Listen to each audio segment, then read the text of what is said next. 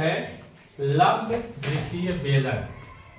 यह एक ठोस ज्यामिति हो तो उसके अंतर्गत आता है और यह एक त्रिविमीय आकृति होती है। ठीक है, यह होता कैसा है पहले देख लेते हैं हम लोग। यह इस तरह की आकृति होती है बेलन, इस तरह की, देख रहे हो? ठीक, ये जो है बेलन इस तरह की आकृति होती है, इसी को हम लंब वृत्तीय बेलन कहते हैं। इसको अगर हम यहाँ पर उतारना चाहे तो किस तरह से बनाएंगे, ऐसे, देख रहे हैं? इंग्लिश में इसको सिलेंडर बोला जाता है और बेलन तो अक्सर किचन में देखने को मिलता है कि नहीं? हाँ, सिलेंडर भी आता है घर में। उसी की आकृति का अगर त्रिविमीय आकृति में कोई रहता है, इसका हम अध्ययन करेंगे कि इसका हम संपूर्ण पृष्ठ कैसे ज्ञात करेंगे और इसका हम आयतन कैसे ज्ञात करेंगे। लेकिन इसको संपूर्ण पृष्ठ और आयतन ज्ञात करने से पहले हम इसकी पहली परिभाषा देख लेते हैं कि इसकी परिभाषा क्या होती है। ठीक है, तो देखते हैं कि परिभाषा, ठीक है, यह बनता कैसे है। मान लीजिए यह एक आयत है, ठीक है, ये आयत है। Yes sir. ठीक है ना? ये आयत है। हाँ। इस आयत को अगर हम किसी भी इसकी भुजा के परितः घुमा दें, ठीक है, जैसे मान लीजिए आयत है, हम यहाँ पे रख देते हैं, ठीक है, ठीक है, और इस यहाँ पर एक भुजा इसकी स्थिर करके ऐसे हम घुमा देते हैं, ऐसे ऐसे करके, ऐसे ऐसे करके, ऐसे। तो कल्पना करो अगर ऐसे ऐसे घूम जाता है तो इतना बड़ा जो है पूरा, इतना बड़ा अगर राउंड घूम जाता है तो इतना बड़ा करके हमारा ऐसे यहाँ तक सिलेंडर तैयार हो जाएगा। नहीं, जैसे ऐसे देखिए, यह भुजा के परितः ऐसे घुमाया जाता है, ऐसे ऐसे, ठीक है।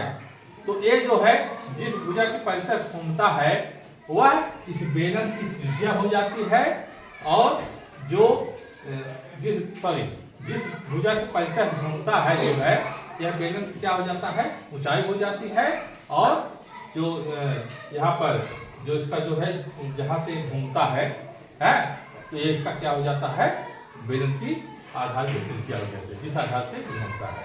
ठीक है, तो हाँ, इसी को हम देखेंगे कि क्या होता है परिभाषा में। पहली बात की देख लेते हैं कि यदि एक आयत को,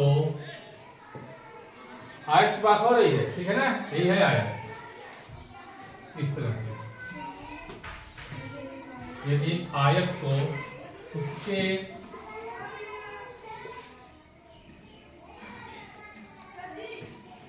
किसी भुजा के परितः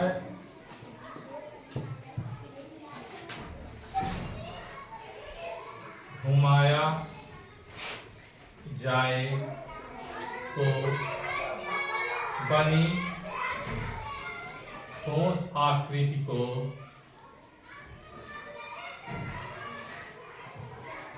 बेलन कहते हैं।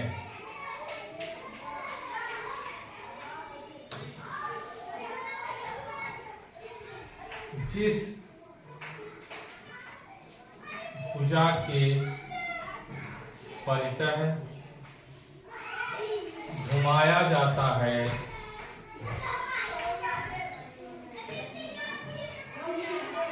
वह बेलन की ऊंचाई और वह होती है, क्या होती है, बेलन की ऊंचाई होती है, और दूसरी भुजा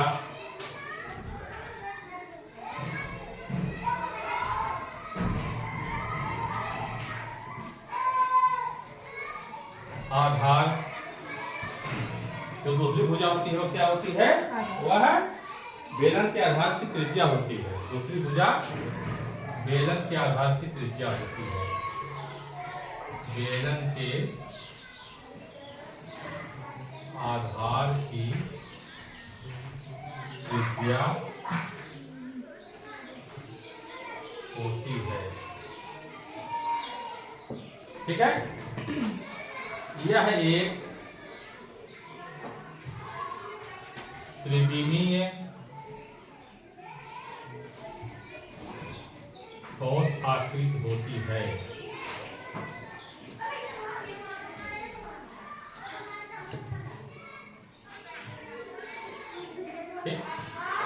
क्या होता है? त्रिविमीय ठोस आकृति होता है। इस तरह से देखो ये, ठीक है। और तैयार कैसे होता है देखो, ये अगर पेपर से आप लोग बनाने जाए तो इसे बना सकते हैं। ये पेपर लेकर के ऐसे रोल कर देंगे, ठीक है, ऊपर ढक्कन लगा देंगे, नीचे ढक्कन लगा देंगे, देखो ये सिलेंडर हमारा तैयार, ठीक है। समझ, इस तरह से इसको हम बना भी सकते हैं। तो आज हम लोग इसी को पढ़ेंगे, यही ये बेलन जो है, इसी सिलेंडर को हम लोग पढ़ेंगे, हैं। इसका जो है क्या इसमें पार्ट होते हैं, उसको पार्ट को जानेंगे, और इसमें जो है इसका आयतन कैसे निकालते हैं, इसका पृष्ठ कैसे निकालते हैं, कितने पृष्ठ होते हैं। समझाया? ठीक, हो गया? मिटा दें?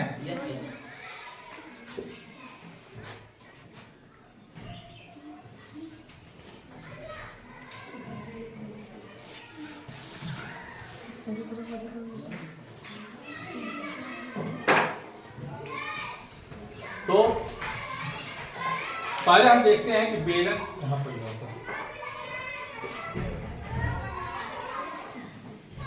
इसके भाग कौन कौन से होते हैं बेलन,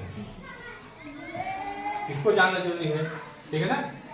सबसे पहले तो यहां पर होता है हमारा बेलन की ऊंचाई जो होती है,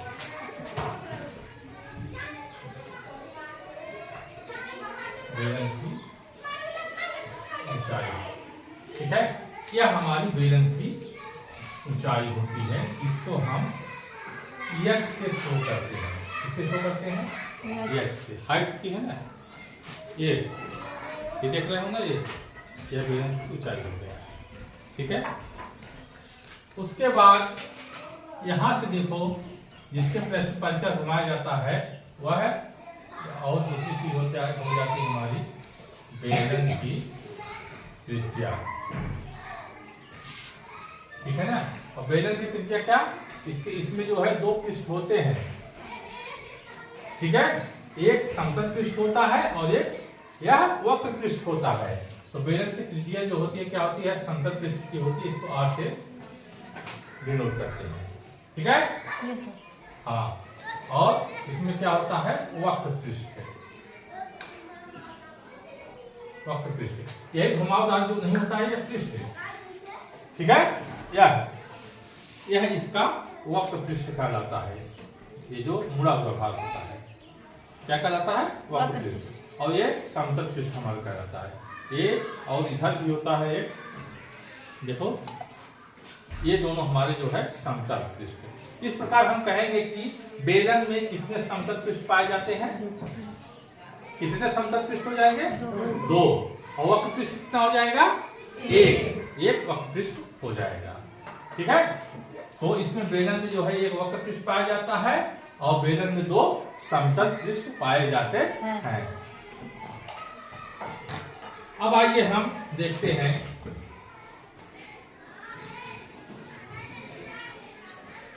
कि बेलन का पृष्ठ के विषय में बात करते हैं।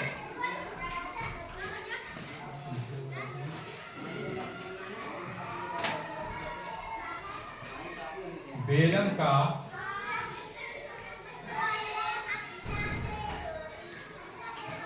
संपूर्ण पृष्ठ कैसे ज्ञात करेंगे, संपूर्ण पृष्ठ। देखो संपूर्ण पृष्ठ का हमारा अभिप्राय क्या होगा यहाँ पर, कि एक जो होता है वक्र पृष्ठ हो जाएगा।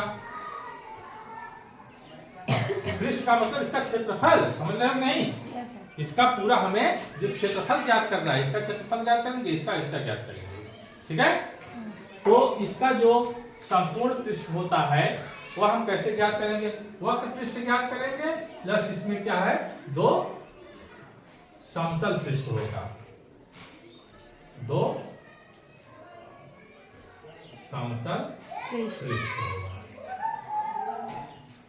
है ना? तो आइए देखते हैं कि इसी में हम करते चले जाते हैं बराबर वक्र पृष्ठ। अब इसको देखो, ठीक है, देख रहे हो वक्र पृष्ठ, ध्यान देना बात को।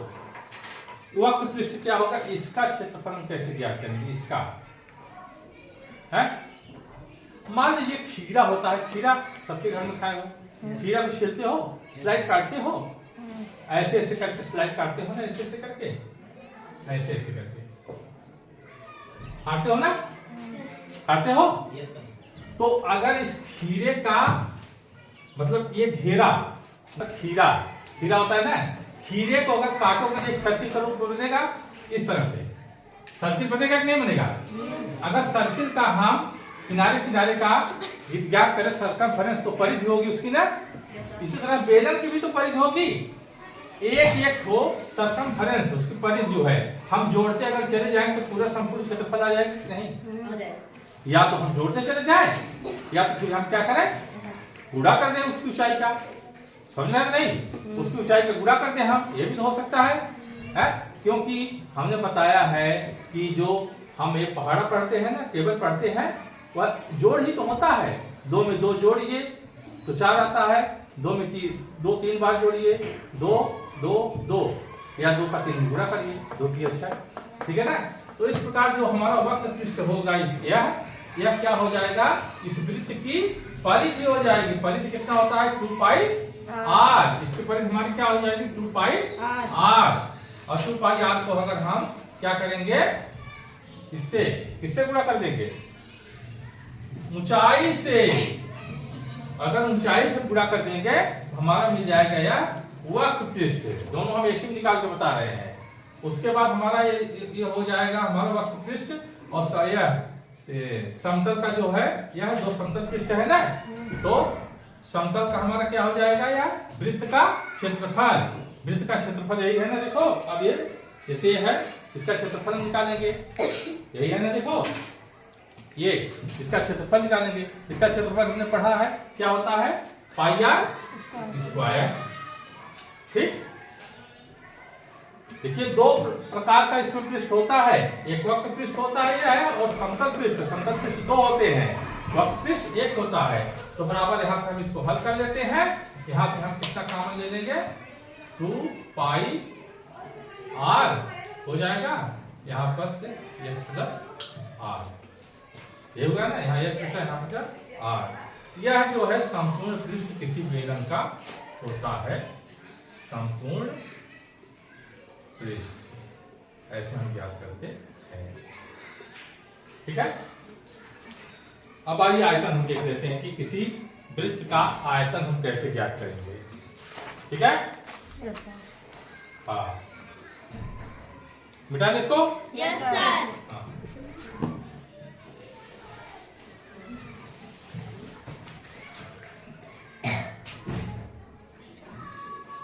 सॉरी, बेलन का आयतन ज्ञात कर रहे हैं हम लोग, हमने वृत्त बोल दिया, बेलन का आयतन, आयतन कितना स्थान घेरता है, कितना पानी इसमें भरा जा सकता है, जो ठोस होगा, आयतन जो होता है ये होता है ना, कितना स्थान घेरेगा।